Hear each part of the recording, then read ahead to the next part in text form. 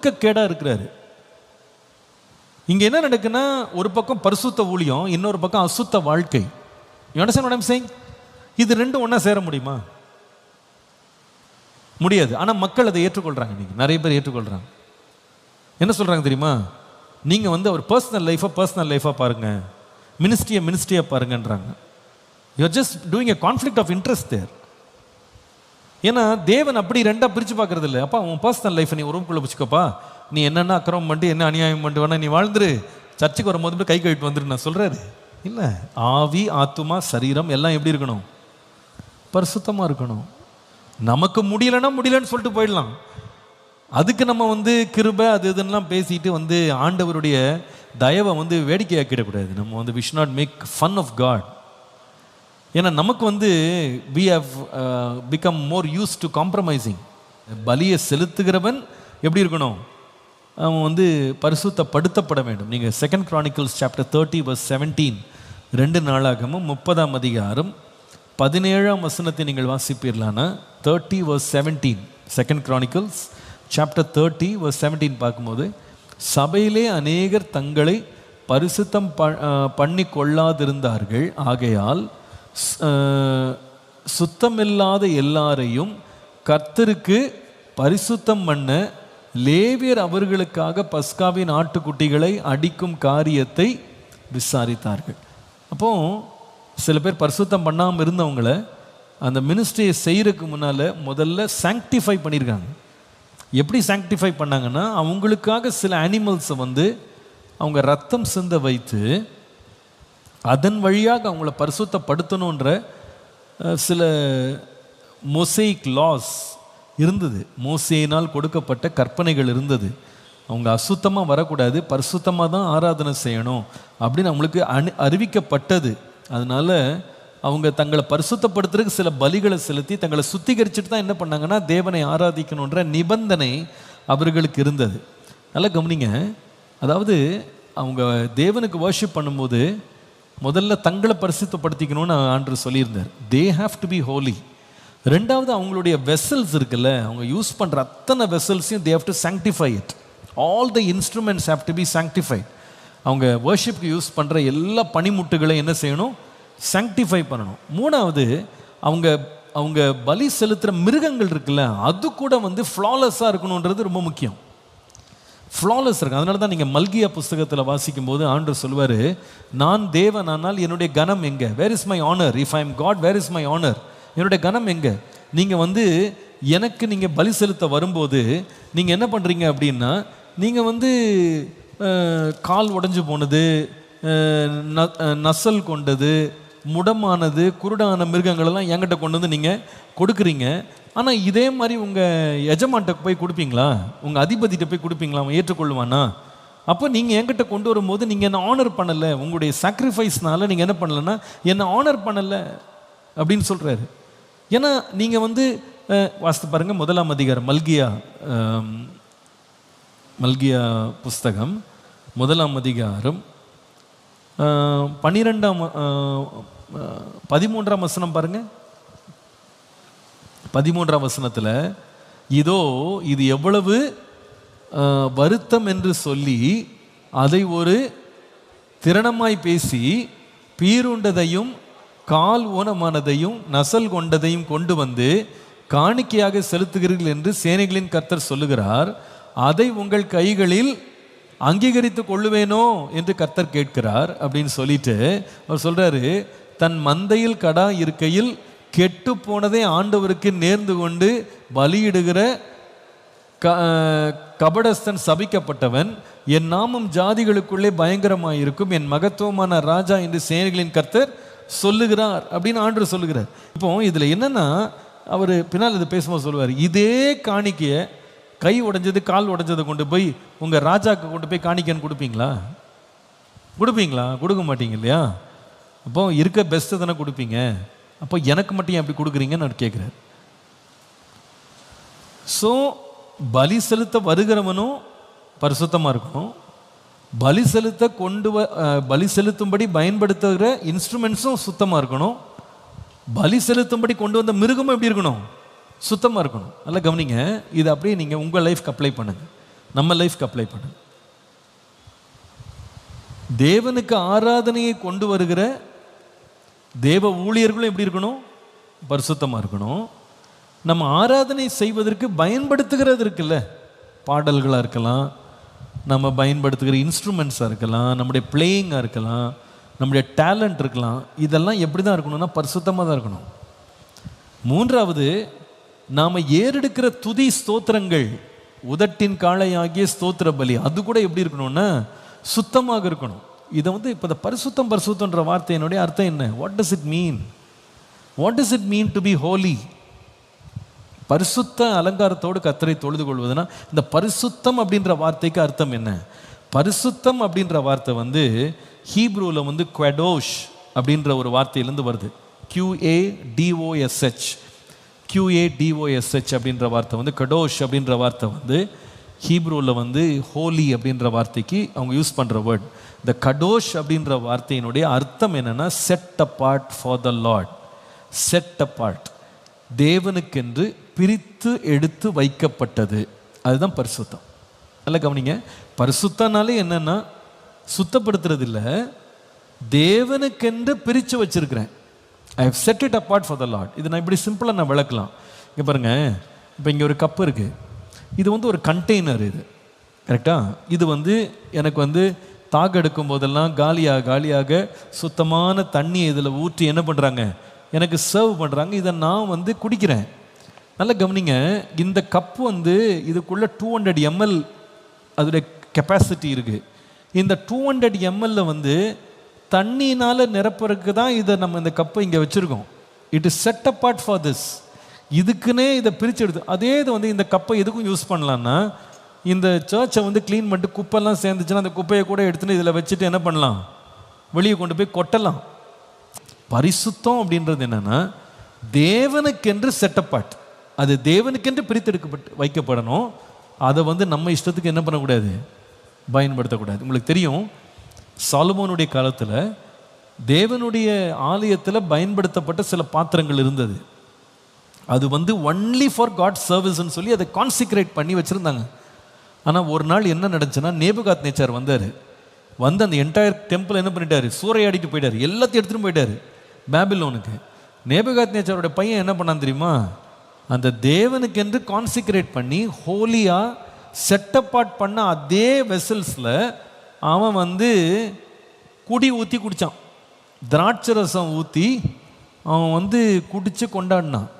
அவன் கொண்டாடிக்கிட்டு இருக்கும்போதே மெனே மெனே தெக்கேல் உப்பார் சென் அப்படின்னு செவுற்றில் என்ன வந்தது, ஒரு விரல் எழுதினதை பார்க்குறோம்.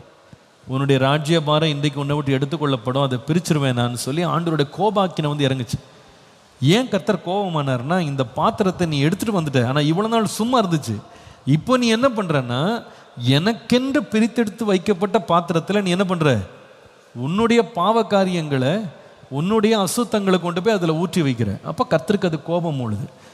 ஹோலினஸ் வர்ஷிப்பில் இருக்கணும் அப்படின்னு சொல்லும் போது அது பேசிக்கலாக நம்மகிட்ட என்ன சொல்லுதுன்னு சொன்னால், கர்த்தரை ஆராதிக்கிறவர்கள் நம்மை தேவனுக்கென்று பிரித்தெடுத்து வைக்கணும், அவ்வளோதான், பிரித்து வச்சுக்கணும்.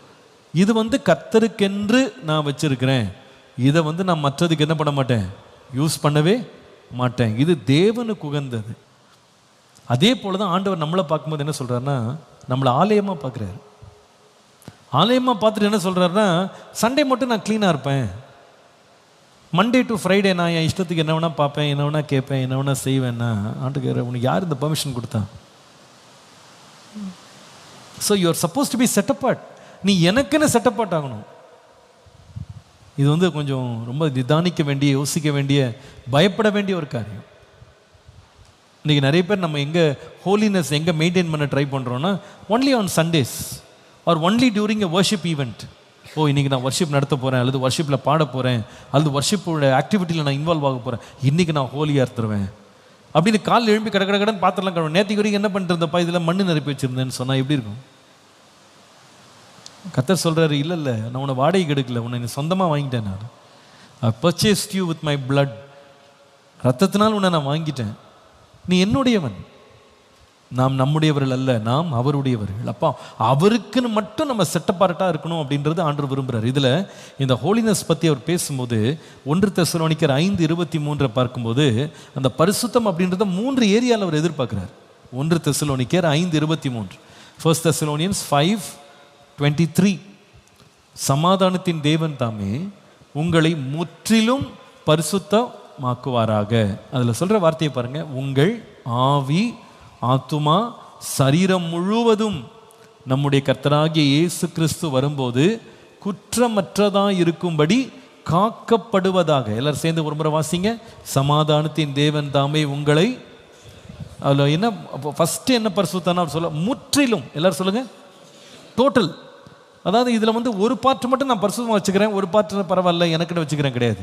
Set apart means set apart totally, முற்றிலும் பரிசுத்தமாக்குவாராக அப்படின்னு சொல்லிட்டு எந்தெந்த முற்றிலும்ன்றத 3 வார்த்தையில் சொல்றாரு. முற்றிலும்னா என்னது? உங்கள் ஆவி, ஆத்துமா, சரீரம் முழுவதும். அந்த வார்த்தை முற்றிலும், முழுவதும் நம்முடைய கர்த்தராகிய இயேசு கிறிஸ்து வரும்போது குற்றமற்றதா இருக்கும்படி காக்கப்படுவதா. இதுல 3 தாட்ஸ் இருக்கு, நல்லா கவனிங்க. Number 1, God expects total holiness. God expects total holiness.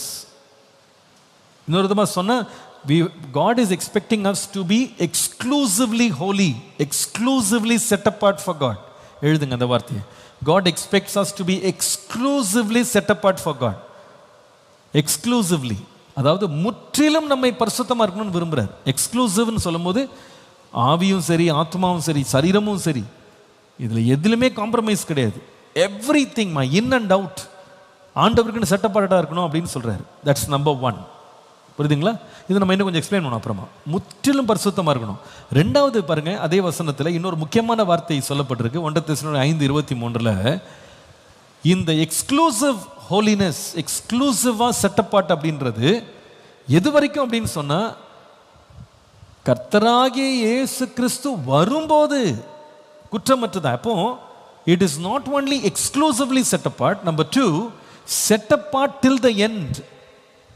எழுதுங்க, set apart till the end, முடிவு வரைக்கும். அதாவது இயேசு கிறிஸ்து வருகிற வரைக்கும் நாம பரிசுத்தமாக இருக்கணும். Exclusively we have to be set apart, we have to be set apart till the end. Okay. 3வது, அதில் அடுத்த வார்த்தை பாருங்க, அதில் வசனம் பாருங்க, நம்முடைய கர்த்தராகிய இயேசு கிறிஸ்து வரும்போது குற்றமற்றதாக இருக்கும்படி காக்கப்படுவதாக, which talks about my responsibility in maintaining that holiness. காக்கப்படுவதாக அப்படின்னா, I have the responsibility to keep myself clean. It is my responsibility. இது என்னுடைய உத்தரவாதம். நான் உத்தரவாதம் எடுக்கணும். இன்னொரு விதமாக சொன்னா, it is my endeavor. இது என்னுடைய பிரயாசம், இது நான் பிரயாசப்படணும். It is my endeavor. So first, exclusively I have to maintain holiness. 2வது, I have to maintain holiness till the end. 3வது, I have to endeavor to be holy. இந்த பரிசுத்தமாக இருக்கிறதுக்கு நாம் பிரயாசம் எடுக்கணும். காத்துக்கொள்ள வேண்டியது நம்முடைய பொறுப்பு. எப்படி அந்த 3 தாலந்தை வாங்கினவங்க, வித்தியாசமாக வாங்கினவங்க, 2 முதல் கேட்டகரியில் இருந்தவங்க தாளந்தை ஃப்ரீயாக வாங்கினாலும் அதுக்கு ரெஸ்பான்சிபிளாக ஒர்க் பண்ணி அது என்ன பண்ணாங்க, அக்கௌண்டபிலிட்டி கொடுத்தாங்க. ஆனால் 3வது ஒருத்தன் அவனும் வாங்கினான், ஃப்ரீயாக தான் கொடுத்தாரு. வாங்கினவன் என்ன பண்ணா, ரெஸ்பான்சிபிலிட்டி எடுக்கலை, அதை கொண்டு போய் பூமியில் போச்சு வச்சுட்டு வரும்போது திருப்பி கொடுத்தான். அப்போ எஜமான் கோவப்பட்டார், நான் உனக்கு ஃப்ரீயாக தானே கொடுத்தேன், இந்த ரெஸ்பான்சிபிலிட்டி எடுக்க முடியாது உனக்கு, அதை வச்சு உழைச்சி வேலை செய்ய முடியாது. அல்லது நீ அதை காசுக்காரர்கிட்ட கொடுத்தா நான் வட்டியோட வாங்கியிருப்பேன்ல. அப்போ நீ யூடின் டேக் ரெஸ்பான்சிபிலிட்டி. நல்லா கவனிங்க, நம்முடைய இன்டென்ஷன்ஸில் நம்ம ஹோலியாக இருக்கணும். ஏன்னா நம்ம ஆராதிக்கிற தேவன் பரிசுத்தம் உள்ளவர் இல்லையா? அவரை பரிசுத்த அலங்காரத்தோடு நம்ம தொழுது கொள்ளணும். நம்ம நம்மளே கரெக்ட் பண்ணிட்டு போய் நானும் ஆண்டவரை சர்வ் பண்ணுறேன்னு சொல்லிட்டு போய் நிற்க முடியாது. அவர் நம்மளை இருதயங்களை பார்க்குறாரு, நம்முடைய ஆக்டிவிட்டீஸ் அவர் பார்க்குறாரு, நம்முடைய ஆட்டிடியூட் அவர் பார்க்குறாரு. அதனால் நம்ம ரொம்ப பரிசுத்தமாக இருக்கிறது ரொம்ப முக்கியம். எக்ஸ்க்ளூசிவ் ஃபார் த லார்ட் ரொம்ப முக்கியம். அது கடைசி வரைக்கும் அந்த பரிசுத்தத்தை காத்துக்கொள்ளணும், இயேசு கிறிஸ்து வருகிற வரைக்கும். டைம் பவுண்டாக இல்லை, சும்மா நான் சொன்னது போல் சண்டே ஹோலினஸ், இன்னும் Monday then I go on with the world அப்படின்னு கிடையாது. மூன்றாவது வந்து பர்சனலாக you have to endeavour, you have to work towards that holiness. உலகம் எப்படி வேணால் போகலாம், நம்ம வந்து we need to work hard to maintain that holiness.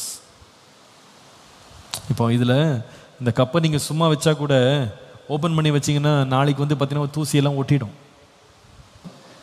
அது தூசி வந்த உடனே நான் துணி எடுத்துகிட்டு வந்து என்ன பண்ணுறேன், துடைக்கிறேன்ட்ட கழுவுறேன், கழுவி கழுவி கழுவி சுத்தம் படுத்தி ஹேவ் டு மெயின்டைன். நான் அழுக்கு பண்ணலங்க, தானாக அழுக்காயிடுச்சுன்னு சொல்லி விட்டு போக முடியாது. we have to take responsibility. நான் என்னை வந்து ஆண்டவருடைய ஒரு இன்ஸ்ட்ருமெண்ட்டாக நான் கொடுத்துட்டேன்.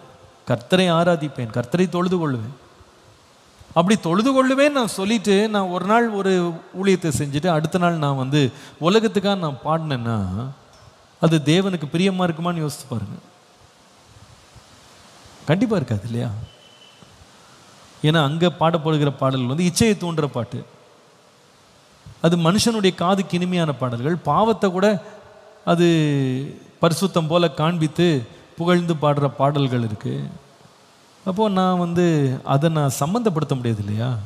அதான் பவுல் கேட்குறாரு, தேவனுடைய ஆலயத்துக்கு விக்கிரகத்துக்கு என்ன சம்பந்தம், வெளிச்சத்துக்கும் இருளுக்கும் என்ன சம்பந்தம்? நீங்கள் அவங்கள விட்டு பிரிஞ்சு வாங்க. Come out from them and be separate. Come out from them and be separate. நீ வர்ஷிப்புக்குன்னு உன்னை நீ அர்ப்பணிச்சிட்டியா, உடனே நீ வந்து அன்றையிலிருந்து நீ ஒரு தீர்மானம் எடு. நான் வந்து என்னை கர்த்தருக்கு நான் அர்ப்பணிச்சிட்டேன், கர்த்தருக்கு உகந்த ஒரு கருவியாக என்ன நான் ஒப்பு கொடுக்குறேன், என் வாழ்க்கையை நான் தேவனுக்கு சப்மிட் பண்ணுறேன், அவருடைய சித்தம் என் வாழ்க்கையில் நிறைவேற்றேன். இதுக்கப்புறமா நான் உலகத்தோட ஐ டோன்ட் நோ டில்லி டேலிங் வேண்டாம் அப்படின்னு நம்ம பிரிஞ்சு வரணும். இப்போ நீங்கள் ஒரு இன்ஸ்ட்ருமெண்ட் வாசிக்கிறீங்க, அந்த இன்ஸ்ட்ருமெண்ட் வாசிக்கும் போது கர்த்தருக்குன்னு இன்னைக்கு வாசித்தீங்க, நாளைக்கு போயிட்டு நான் சினிமாவுக்கு வாசிக்கிட்டு இருக்கேன்னா அது ஒரு கான்ஃப்ளிக்ட் ஆஃப் இன்ட்ரெஸ்ட் தானே. இது எனக்கு வேண்டாம். இதுக்கும் ரெண்டு கான்ஃப்ளிக்ட் ஆஃப் இன்ட்ரெஸ்ட். இங்கே வந்து பரிசுத்த தேவனை நான் புகழ்கிறேன், அங்கே பரிசுத்தத்தை வந்து பரிகாசம் பண்ணுறாங்க, அங்கே ஒழுக்கமான வாழ்க்கையை வந்து கேள்வி எழுப்புறாங்க, அங்கே இச்சையை தூண்டுற பாடல்கள் இருக்கு. நான் எப்படி பாட முடியும், அதை எப்படி நான் வாசிக்க முடியும்? அதான் அந்த வேதநாயகன் சாஸ்திரியார்ன்றவரை பற்றி சொல்கிறாங்க, சாட்சி சொல்கிறாங்க. அவர் வந்து சரபோஜி மன்னன் அப்படின்னு ஒரு மன்னன்ட்டு அவர் வந்து he was the court musician. அவர் தான் கோர்ட் போயிட்டாக இருந்தாராம் அந்த காலத்தில் அந்த ராஜாட்ட. அப்போ அவர் ஒரு நாள் ஆண்டவருடைய அன்பை ஏற்றுக்கொண்டு ரட்சிக்கப்பட்டார். அப்போது ரட்சிக்கப்பட்ட பிறகு அந்த ராஜா அவரை கூப்பிட்டாராம். கூப்பிட்டு தன்னை பற்றி புகழ்ந்து ஒரு பாடல் பாட சொன்னாராம். அப்போ இவர் சொன்னாராம், தேவனை துதித்து பாடுற வாயினால நான் மனுஷனை துதித்து நீ பாட மாட்டேன்னாராம். அவர் சொன்னாரா, நீ என்ன இப்படி பேசுற, நீ வந்து இந்த பாடலை எனக்குன்னு ஒரு கவிதை பாடி என்ன நீ புகழ்ந்து பாடினா உனக்கு இவ்வளோ வெள்ளி பொற்காசுகள் உனக்கு தரேன், கோல்ட் காயின்ஸ் தரேன்னு சொன்னாராம். அவர் சொன்னாரா, ஐம் சாரி, நீங்கள் எவ்வளோ கொடுத்தாலும் நான் இனிமேல் என் வாயினால் மனுஷனை புகழ்ந்து பாட மாட்டேன், இந்த வாயினால் இனி கர்த்தரை மட்டும்தான் புகழ்ந்து பாடுவேன் அப்படின்னு அவர் சொன்னாராம். உடனே அந்த ராஜா கடுங்கோவம் கொண்டு, அப்போ உனக்கு சம்பளமும் கிடையாது, ஒன்று கிடையாது, வீட்டுக்கு போ, இனிமேல் உனக்கு எந்த சம்பளமும் கிடையாது, உனக்கு நான் எந்த வருமானம் தர மாட்டேன், வீட்டுக்கு போன்னு சொல்லி அனுப்பி விட்டாராம். அப்போ அவர் வீட்டுக்கு வந்தாராம். வீட்டுக்கு வந்தால் சாப்பாடு கூட இல்லை, அவ்வளோ ஒரு வறுமை நிலைமை இருந்தது, அவருக்கு வருமானம் கிடையாது. அப்போ தான் அவர் எழுதின பாட்டான், வாருமையா போதகரே வந்தமிடம் தங்கீரும், சேருமையா பந்திதனில் சிறியவராம் எங்களிடம், ஒளி மங்கி இருளாச்சே உத்தமரே வாருமையா அப்படின்னு சொல்லி ஆண்டவரை நீங்கள் ஏன் வீட்டுக்கு வாங்க, என்னை எல்லாரும் விரட்டிட்டாங்கன்னு சொல்லி அந்த பாட்டை பாடினான்னு ஒரு சரித்திரம் சொல்கிறாங்க. அவருக்கு அந்த கமிட்மெண்ட் இருந்துச்சு பாருங்களேன், I will not be involve in this. அப்போ இப்போ நம்ம வர்ஷிப் மினிஸ்ட்ரியில் நிறைய பேர் நினைக்கிறாங்க டேலண்ட் இருந்தால் மினிஸ்ட்ரிக்குள்ளே வந்துடலான்னு. See, this is the biggest problem. God is not after talent, God is after holiness. திறமைசாலிகள் எல்லாம் ஆண்டவர் வந்து தாங்க பக்கம் சேர்க்கணும்னு அவர் விரும்பவே இல்லையே, அது அவருடைய நோக்கம் இல்லை. தனக்கென்று பிரித்தெடுக்கப்பட்டவர்களை தேடுறாரு. God did not say worship the Lord in the beauty of talent. திறமைகளின் அலங்காரத்தோடு தேவனை தொழுது கொள்ளுங்கள்னு சொல்லலையே, பரிசுத்த அலங்காரத்தோடு தொழுது கொள்ளுங்கள்னு சொன்னார். அப்போ அவர் என்ன எதிர்பார்க்குறாருன்னா, மோர் தென் டேலண்ட் அவர் எதிர்பார்க்கறது என்னது? Holiness, set apart for God. தேவனுக்கென்று பிரித்தெடுக்கப்பட்டவர்களாக நம்ம இருக்கணும். ஆனால் சில பேருக்கு they want the best of both worlds. இங்கேயும் ஷைனிங் ஸ்டாராக இருக்கணும், அங்கேயும் ஷைனிங் ஸ்டாராக இருக்கணும். ஆனால் தேவனுக்கு அது பிரியம் கிடையாது. அப்படி நம்ம வாழணும்னு அவசியம் இல்லை. நம்ம அதில் கொஞ்சம் காஷியஸாக இருக்கணும். அதில் நம்ம கொஞ்சம் முதுகெலும்போடு நிற்க வேண்டியது அவசியம். இப்போ சில பேர் என்ன சொல்கிறாங்கன்னா, எனக்கு அப்படி போய் வாஸ்தா தான் எனக்கு காசு கிடைக்குது, எனக்கு அதுதான் எனக்கு பிரெட் அண்ட் பட்டர் எனக்கு அங்கே தான் இருக்குது, அதில் தான் காசு. நான் சொல்லுவேன், காசு சம்பாதிக்க அது ஒன்று தான் வழி கிடையாது. ஒன்று தான் வழி இல்லை. there are so many ways to make money. So let's not keep seeking excuses. அப்போ நம்மளுக்கு என்ன முக்கியம்? இப்போ ஆண்டவர் சொன்னார்ல, 2 எஜமானுக்கு நீ ஊழியம் செய்ய முடியாது. நீ தேவனுக்கும் உலக பொருளுக்கும் நீ ஊழியம் செய்யவே முடியாது. உங்களுடைய கமிட்மெண்ட்டை நீங்கள் செட்ரைட் பண்ணுங்கள். நிறைய பேர் வந்து அந்த டில்லி டேலிங் இருக்குது, 2 பக்கமும் தே வாண்ட் டு இங்கேயும் உட்காந்து வர்ஷிப் மியூசிக் கேட்டுக்கிறது, அங்கே உட்காந்து கொரியன் பாப்பை கேட்டுக்கிட்டு இருக்காது. So it's a conflict of interest. You are not set apart for God. If you want authentic worship அப்படின்னா செட் அப்பார்ட் ஃபார் காட். தேவனுக்கென்று பிரித்து எடுத்துருங்க உங்களை. அப்புறமா கர்த்தர் உங்களை பயன்படுத்துகிற விதமே வித்தியாசமாக இருக்கும். நம்ம பிரித்து எடுக்கணும். இதுதான் பிரச்சனை. இன்னைக்கு உள்ள ஜென்ரேஷனில் உள்ள பிரச்சனை என்னன்னா, we like compromising. We can't take a hard stand in anything. You understand what I'm saying? நம்மளுக்கு இதான் ஒரு பெரிய பிரச்சனை ஆயிடுச்சு இன்னைக்கு. பிகாஸ் நமக்கு நேம், ஃபேம் அதெல்லாம் ரொம்ப முக்கியமாக போனதுனால தேவனுக்கென்று ஒரு வைராக்கியமாக ஒரு ஸ்டாண்ட் எடுக்க நம்மளுக்கு முடியல. உதாரணமாக பாருங்களேன், ஒருத்தர் ஊழியம் செய்கிறாரு, ஆனால் ரொம்ப ஒழுக்கக்கேடாக இருக்கிறாரு. இங்கே என்ன நடக்குன்னா, ஒரு பக்கம் பரிசுத்த ஊழியம், இன்னொரு பக்கம் அசுத்த வாழ்க்கை. You understand what I'm saying? இது ரெண்டும் ஒன்றா சேர முடியுமா? முடியாது. ஆனால் மக்கள் அதை ஏற்றுக்கொள்கிறாங்க. நீங்கள் நிறைய பேர் ஏற்றுக்கொள்கிறாங்க. என்ன சொல்கிறாங்க தெரியுமா? நீங்கள் வந்து அவர் பர்சனல் லைஃபாக பாருங்கள், மினிஸ்ட்ரியாக பாருங்கன்றாங்க. You are just doing a conflict of interest there. ஏன்னா தேவன் அப்படி 2ஆக பிரித்து பார்க்கறது இல்லை. அப்பா உன் பர்சனல் லைஃப்பை நீ ரூம்குள்ளே வச்சுக்கப்பா, நீ என்னென்ன அக்கிரமம் பண்ணிட்டு என்ன அநியாயம் பண்ணிட்டு வேணா நீ வாழ்ந்துரு, சர்ச்சுக்கு வரும்போது கை கழுவிட்டு வந்துரு நான் சொல்கிறாரு. இல்லை, ஆவி, ஆத்துமா, சரீரம் எல்லாம் எப்படி இருக்கணும்? பரிசுத்தமாக இருக்கணும். நமக்கு முடியலன்னு சொல்லிட்டு போயிடலாம். அதுக்கு நம்ம வந்து கிருபை அது இதெல்லாம் பேசிட்டு வந்து ஆண்டவருடைய தயவை வந்து வேடிக்கையாக்கிடக்கூடாது. நம்ம வந்து we should not make fun of God. ஏன்னா நமக்கு வந்து we have become more used to compromising.